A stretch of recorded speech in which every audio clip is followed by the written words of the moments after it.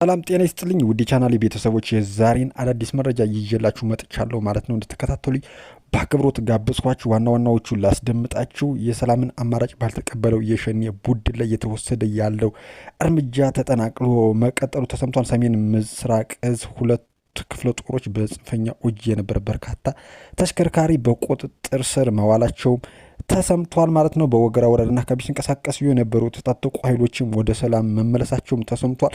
እንዲሁም የኮማንዶ ሬጅመንት በሰሜን ሸዋ ዞን ኤፍራታ ግደም ወረዳ ጽንፈኛ ኃይሉን መደምሰሱም ተሰምቷል ማለት ነው። በአጠቃላይ ክፍለ ጦሩ በጠላት ላይ የተጠናከረ እርምጃ መውሰዱንም አስታውቋል። ወደ ዝርዝር መረጃው የምናልፍ ነው የሚሆነው። አብራችሁ እንድትቆዩ በአክብሮት ጋብዝኳችሁ። አብዲሳ አጋ ክፍለ ጦር አንድ ሬጅመንት የአካባቢውን ሰላም በሚያውከው ዘራፊ ቡድን ላይ እርምጃ መውሰዱ ተሰምቷል። በምዕራብ ሸዋ ዞን አቡነ ግንደበረት ወረዳ የምዕራብ እዝ አብዲሳ አጋ ክፍለ ጦር አንድ ሬጅመንት በህገወጥ ቡድኑ ላይ በወሰደው እርምጃ 11 የሸኔ አባላት የተገደሉ ሲሆን 6 ተማርከዋል። መሳሪያና ተተኳሽን በቁጥጥር ስር ውሏል ሲሉ የክፍለ ጦር ዋና አዛዥ ሌተናል ኮሎኔል ገዛኸኝ በቀለ ተናግረዋል። መቶ አለቃ አቸነፍ ሰጠኝ በበኩላቸው የክፍሉ አመራር እና አባላቱ በበረሃ ውስጥ የሚሽሎኮለከው የሸኔ ቡድን የገባበት ገብቶ በመደምሰስ አኩሪ ገድል መፈጸማቸውና ይህ ሰላም የማረጋገጥ እንቅስቃሴ ከህብረተሰቡ ጋር በመቀናጀት እንደሚቀጥልም ነው እየተናገሩት ማለት ነው። እንዲሁም የሰሜን ምስራቅ እዝ ሁለት ክፍለ ጦሮች በጽንፈኛው እጅ የነበር በርካታ ተተኳሽና ተሽከርካሪ በቁጥጥር ስር መዋላቸው ተሰምቷል።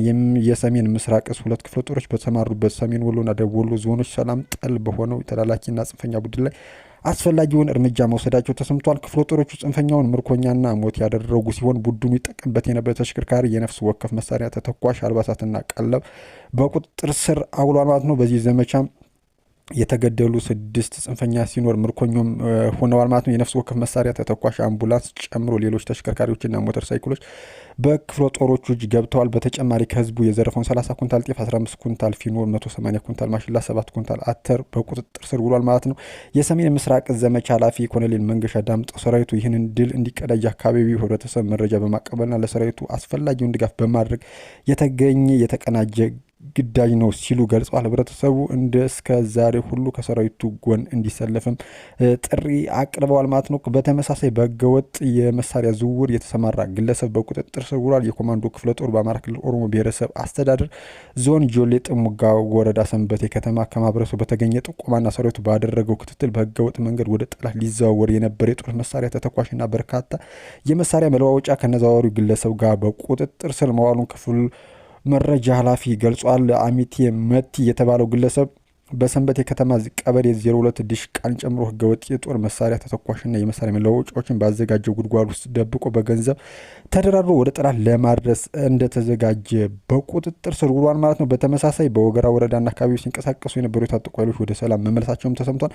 በመከላከያ ሰራዊቱና በወረዳው አመራር የጋራ ጥረት ንቃሽ ቀበሌ ከመለሰ ቡድን አባል የነበሩ የዱር ሲንቀሳቀሱ የነበሩ 4 ጽንፈኛ ኃይሎች አባላት በመንግስት የተደረገውን የሰላም ጥሪ በመቀበል እጃቸውን ለመንግስት ሰጥተዋል ማለት ነው። ጽንፈኞቹ በወገራ ወረዳ አንቃሽ ቀበሌ አካባቢያቸው ሲንቀሳቀሱ የነበሩ ሲሆን ሰላም ምርጫቸው በማድረግ ትጥቃቸውን በማስረከብ ወደ ሰላም መምጣታቸውና ሌሎችም አርያ እንደሆኑ ነው መረጃው የሚጠቁማት ነው። የኮማንዶ ሬጅመንት በተመሳሳይ በሰሜን ሸዋ ዞን ኤፍራታ ግደም ወረዳ ላይ ጽንፈኛውን እርምጃ ወስዷል። በሰሜን ሸዋ ዞን ኤፍራታ ግደም ወረዳ አሟጃ ገብርኤል በተባለ ቦታ ላይ በኮማንዶ ሬጅመንት ትንኮሳ የሞከረ ጽንፈኛ ቡድን ራሱ በለኮሰው እሳት መንደዱን መቶ አለቃ ግዛቸው ታደሰ አስታውቋል። ጽንፈኛው በዚህ ቦታ ጠዋትና ከሰዓት ኃይሉን አሰባስቦ ትንኮሳ የፈጸመ ሰራዊቱ በመልሶ ማጥቃት ባደረሰበት ፈጣን መጠላትን ሞትና ቁስለኛና ምርኮኛ አድርጎ የተረፈው ጽንፈኛ እግሬ አውጭኝ ብሎ ሬሳውንና ትጥቁን አንጠባጥቦ የትም መግባቱ ነው የተናገረው። በዚህ በርካታ ጽንፈኛ ቡድን ሞትና ቁስለኛ ከመሆኑ በተጨማሪ ብሬን፣ መገናኛ ሬዲዮና የነፍስ ወከፍ መሳሪያዎች፣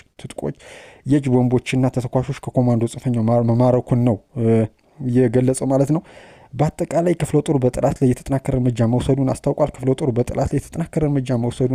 ማለት ነው። በዚህም በርካታ የጽንፈኛ ኃይል ሞትና ቁስለኛ ሲሆን የተረፈውም እጅ ሰጥቷል። በሰሜን ወሎ ዞን አይና ቡግና አካባቢ መሽጎ የህብረተሰብና የሀገርን ሰላም ሲያውክ የነበሩ የጽንፈኛ ቡድን የሰሜን ምስራቅ እዝ ክፍለ ጦር በወሰደው የተቀናጀ ዘመቻ ጽንፈኛው መደምሰሱን የክፍለ ጦሩ አዛዥ ሌተናል ኮሎኔል መለሰ ሻግሬ ገልጸዋል። አዛዡ እንዳሉት በጽንፈኛ ቡድን ላይ ከፍተኛ የሆነ ቁሳዊ፣ ሰብአዊና ስነ ልቦናዊ ኪሳራ ደርሶበታል። የጽንፈኛው አባላትም ጨምሮ ቡድኑ ሲጠቀምባቸው የነበሩ ልዩ ልዩ የነፍስ ወከፍ መሳሪያዎች፣ ተሽከርካሪዎች፣ የምግብና የሕክምና ቁሳቁሶች በክፍለ ጦሩ መማረካቸውን ነው አዛዡ የተናገሩት። ክፍለ ጦሩ በአስተማማኝ የዝግጁነት ደረጃ ላይ እንደሚገኙና ማንኛውም ግዳጅ በድል ለመወጣት በርትቶ እየሰራ መሆኑንም ሌተናል ኮሎኔል መለሰ አሻግሬ ናቸው እየገለጹ ማለት ነው። ወደ ቻናል ቤተሰቦች የዛሬው መረጃ ይህን ይመስላል። በሌላ አዲስ መረጃ መመለስ ነው የሚሆነው። እስከዛ ግን ላይክና ሼር እያደረጋችሁ እንዲሁም አዳዲስ የሆናችሁ ይህን ቻናል ሰብስክራይብ እያደረጋችሁ ቤተሰብ እንድትሆኑና ዕለት ዕለት አዳዲስ መረጃዎች እንዲደርሷችሁ ቤተሰብ እንድትሆኑ ስል በአክብሮት ጠይቃለሁ።